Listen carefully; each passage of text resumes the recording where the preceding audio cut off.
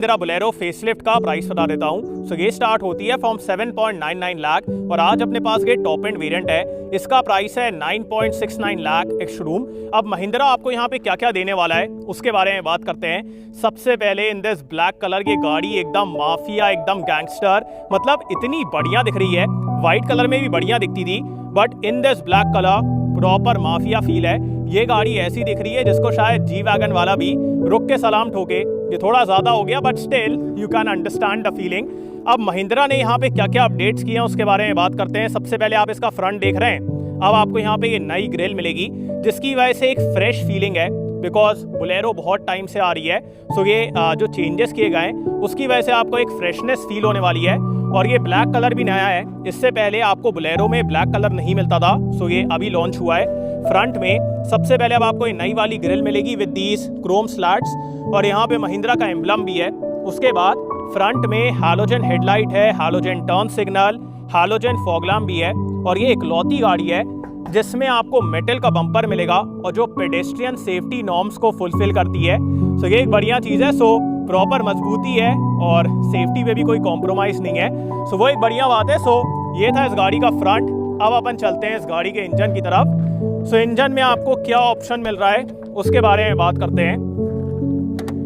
First of all the hood of this vehicle is quite heavy. यहाँ पे hydraulic strut देना चाहिए था बट अच्छा हुआ नहीं दिया, बिकॉज फिर स्कॉर्पियो एन वाले, थार वाले हर कोई गुस्सा हो जाते। बाकी यहाँ पे पूरे में आपको इंसुलेशन मिलेगी। And then we have the 1.5 litre diesel engine. ये 3 सिलेंडर इंजन है, प्रोड्यूस करता है 75 bhp एंड 210 न्यूटन मीटर का टॉर्क। इसमें आपको सिर्फ मैनुअल मिलेगा, नो ऑटोमेटिक। बाकी ये इस गाड़ी का इंजन पे, इसको मैं बंद कर देता हूँ। बाकी अगर आप ये सोच रहे हैं कि ये 3 सिलेंडर इंजन है तो उतना रिफाइंड होगा कि नहीं, बिल्कुल ही मत सोचो। बहुत रिफाइंड है, बहुत बढ़िया है और बढ़िया परफॉर्मेंस देता है। एंड अब बनाते हैं इस गाड़ी के साइड प्रोफाइल की तरफ। साइड से यस, अब आ रहा है जी वैगन वाला लुक, बिकॉज अब आपको यहाँ पे अलॉय व्हील मिलेगा। सो प्रॉपर जी वैगन वाला फील है। और चलते हैं अपन इसके व्हील्स की तरफ। सो यहाँ पे आपको डायमंड कट अलॉय व्हील्स मिलेंगे only on the top end variant, नीचे वाले वेरिएंट में नहीं है। बाकी प्रोफाइल के बारे में बात की जाए सो इट्स 215/75 R15। सो बढ़िया दिख रहे हैं यार, लिटरली इसकी वजह से ना लुक एकदम नेक्स्ट लेवल दिख रहा है। बाकी यहाँ पे आपको पूरी क्लैडिंग मिलेगी, साइड स्टेप, यहाँ पे silver treatment. And then we have the turn signal, एकदम बेसिक वाला ORVM है। इसको आपको मैनुअली ओपन, क्लोज, एडजस्ट सब करना पड़ेगा। और यहाँ पे बेसिक सा एंटेना है। एंड अपन आते हैं इस गाड़ी के रियर लुक की तरफ। रियर से भी यार मतलब बढ़िया दिख रही है। ब्लैक कलर में ना मतलब हर गाड़ी एकदम अलग दिखती है, एकदम बढ़िया दिखती है। एंड द सेम केसेस है। बाकी ऊपर की तरफ आपको हाई माउंट स्टॉप लैंप मिलेगा। Then we have the wiper and washer. Defogger नहीं है, मेरे हिसाब से डिफॉगर देना चाहिए था। जो स्पेयर व्हील है ये आपको एकदम बेसिक मिलेगा, ये अलॉय व्हील नहीं है। सो बेसिक है। इसका प्रोफाइल क्या है 215/75 R15। सो स्टील व्हील है। उसके बाद यहाँ पे अपने पास हैलोजन टेल लाइट है। Then we have the rear parking sensor. Camera वगैरह नहीं है, सिर्फ सेंसर है। और यहाँ पे स्टेप दिया गया है चढ़ने के लिए, दिस इज द एग्जॉस्ट। और वहाँ पे टो हुक वगैरह है। सो ये था इस गाड़ी का एक्सटीरियर। आपको कैसी लगी मेरे को कमेंट से बताइए। एंड अपन चलते हैं इस गाड़ी के बूट की तरफ। सो एक चीज़ मैं यहाँ पे सजेस्ट करूँगा कि ये जो टेलगेट है ना, इस पे थोड़ा रेजिस्टेंस देना चाहिए, बिकॉज पूरे टाइम ऐसे बंद हो जाता है। सो थोड़ा रेजिस्टेंस इसमें देना चाहिए। बाकी अगर मैं यहाँ पे स्पेस के बारे में बात करूँ, अगर आप सीट को फोल्ड कर देते हैं फिर आपको यहाँ पे काफ़ी अच्छा एरिया मिलेगा। एंड ये जो है ना, this is the spare wheel cover, जो बाहर स्पेयर व्हील है उसका कवर है। सो यहाँ पे आपको बढ़िया स्पेस मिलेगा। अब अगर आपको किसी को बैठाना है तो आप इस सीट को नीचे कर दीजिए, 2 लोग यहाँ पे बैठ आएंगे। सो ठीक है, उतना स्पेस तो नहीं है, बट जैसे शॉर्ट डिस्टेंसेस के लिए या फिर बच्चे वगैरह को बैठाना है तो वो आप यहाँ पे कर सकते हैं। सो जैसे भी आपको यूज़ करना है वो आप कर पाएंगे। ऑल्सो यहाँ पे कोई भी फ्रेजाइल चीज़ नहीं है, तो कोई भी चीज़ टूटने वाली नहीं है, मतलब नाजुक सी नहीं है। सो वो एक बढ़िया चीज़ है। सो यहाँ पे आपको जो भी रखना है वो आप आराम से रख पाएंगे। सो ये था इस गाड़ी का बूट। एंड अब अपन चलते हैं इस गाड़ी के इंटीरियर की तरफ। सो यहाँ पे आपको बेसिक सा हैंडल मिलेगा विद द सिल्वर ट्रीटमेंट। और इंटीरियर आप देख रहे हैं ये पूरा आपको मतलब एक तरीके से सॉफ्ट टच मिलता है। यहाँ पे ब्राउन ट्रीटमेंट, विंडो कंट्रोल्स, यहाँ पे हैंडल वगैरह।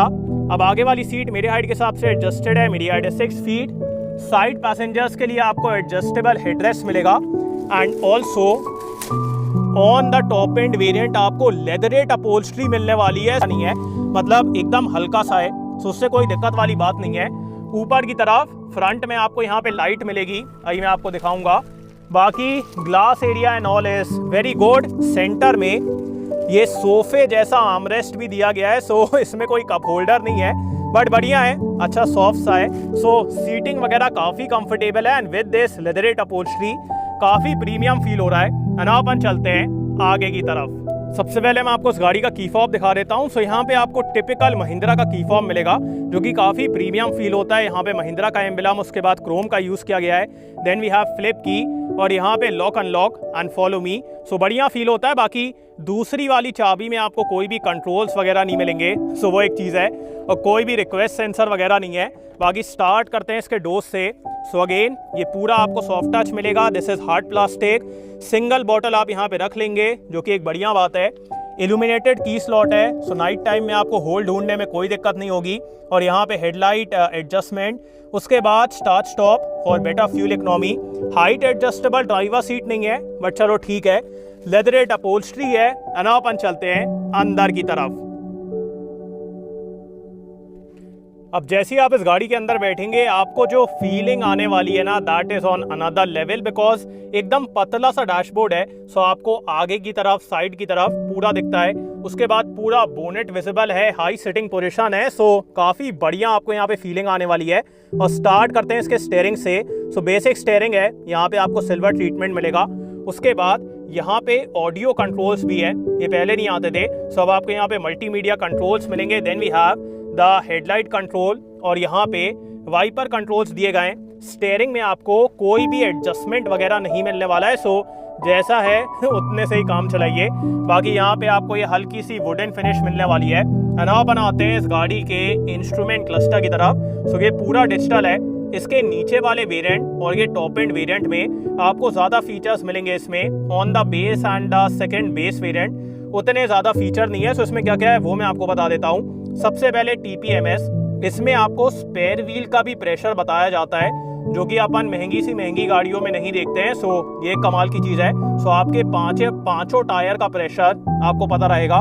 उसके बाद यहाँ पे odometer, distance to empty, clock, average fuel economy, ये सारी चीज़ें, और वार्निंग लाइट्स वगैरह। सो काफ़ी बढ़िया है, रीड वगैरह करने में कोई दिक्कत नहीं है। बाकी पहले जो यहाँ पे आपको चीज़ें मिलती थी उनको अब यहाँ पे शिफ्ट कर दिया गया है। सो वो एक बढ़िया चीज़ है। यहाँ पे hazard light, then we have wooden finish here also and compared to the previous version अब आपको यहाँ पे 7 इंचेस का एंड्रॉइड बेस्ड इंफोटेनमेंट सिस्टम मिलेगा। सो बढ़िया है, कंपनी की तरफ से आ रहा है, बाहर से कुछ भी लगवाने की ज़रूरत नहीं है। सो बढ़िया सिस्टम है। इसका टच रिस्पॉन्स वगैरह भी बढ़िया है। यहाँ पे USB और यहाँ पे एक और टाइप C का इनपुट दिया गया है। सो बढ़िया सिस्टम है, आराम से आप यूज़ करिए और आपकी वारंटी वगैरह भी वॉइड नहीं होगी कंपनी की तरफ से। सो ये एक बढ़िया चीज़ अब आपको यहाँ पे मिलने वाली है। उसके बाद मैनुअल AC कंट्रोल्स हैं। अब इसमें आपको सिर्फ 3 लेवल मिलते हैं, बट तीसरे लेवल में यार ये AC इतना तेज़ हो जाता है कि आप देखिए, बहुत बढ़िया कूलिंग है। So that's very good. This is for the defogger. उसके बाद 12 वोल्ट, यहाँ पे थोड़ा सा स्पेस है। This is the gear lever at least on the top end variant थोड़ा प्रीमियम करना चाहिए था।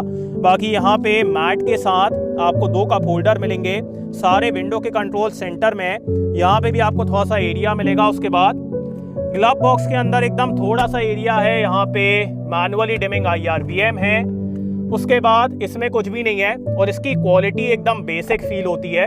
बाकी यहाँ पे अगेन कुछ भी नहीं है। Then we have the lights here and coming towards the safety features. So ये गाड़ी बहुत ज़्यादा सेफ तो नहीं है बिकॉज पुराना आर्किटेक्चर है और पुराना